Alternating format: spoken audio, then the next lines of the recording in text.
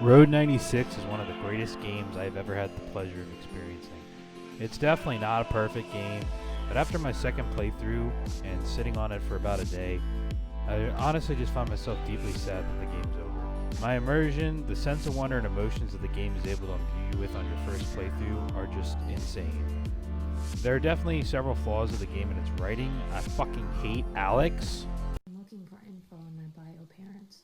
They died when I was young, in the attack in '86, but I haven't come up with much. Dude, I don't care about your fucking parents, okay? I'm gonna be real. Your parents are fucking losers. I'm glad they're dead. I'm glad you're a fucking orphan. No, I'm not sorry that they died. I'm glad they died. You're a loser. You're a piece of shit, and I hate you. Thanks. Ugh, and don't even get me started on Zoe. She's so fucking annoying and two-faced, and I mean, she's just kind of there to push the plot forward. And but I can forgive it since she dies a bunch. Anyway, the characters are all intriguing, well written. I love learning about their motivations, backstories, and goals. And the game really just finds its stride on that very first blind playthrough. It's 1996, and you live in a despotic country. You, like many other teams, are journeying to the border to flee Petria and start a new life. This initial hook filled me with an emotion that few games have ever made me feel, let alone experience for an entire 6 hours, and that's suspense. The music, the atmosphere, the writing, I was fully immersed in this world, and I genuinely felt like I was on this grand journey in order to obtain freedom. Fucking.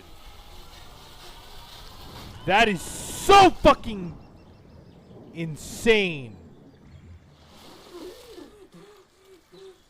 She thinks so too. That was fucking insane. I wasn't just playing that up for a bit, by the way. I really, just that one scene was able to really freak me out. I mean, I'm so immersed. Every time Jared, the deranged serial killer, showed up, I was panicked. And anytime I even thought he might show up, I was scared. I was overly cautious the very first time I met John. I didn't want to tip him off to what I was doing. I didn't want him to report me. Even the S&M robbery scenes really pulled me in, even though they're idiots. Still, the Who Wants to Be a Millionaire scene, I was just like, oh god, please don't take the car, don't rob me, don't steal from me. The soundtrack is just beautiful, and the entire game makes you just want to fucking drop everything and go and just drive on a grand adventure across the country. But that's just the problem. On the second playthrough, when you already know how everything's going to play out, it just loses all that tension and you just don't care anymore. The Jared scenes especially really suffer. My first time through, I'm on edge the entire time I'm interacting with him. And the second time, I'm just like, man, you ain't gonna hurt anybody. I already know about you. It's the same thing with S&M and the border scenes. The border scenes just don't hit as hard when you don't really feel like there's a big payout for whether or not you escape or not. And it was also weird how I kept getting the final part of each character's story where they're emotionally breaking down their walls. But I already know their story, so it just didn't hit hard. I mean, Jared's was the only one where I was really just like, damn, dude, now I fully understand you. And I also just kind of found myself disagreeing with the game's core message.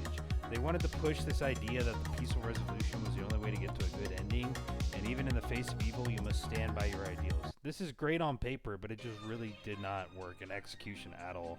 I mean, you never get to see or hear Senator Flanders. You're just told to trust that she's going to make things better, and then you're told in all the good endings that, yeah, she made things better, but you don't even know, what she was going to do. You just know that President Tirak is a fucking Bond villain.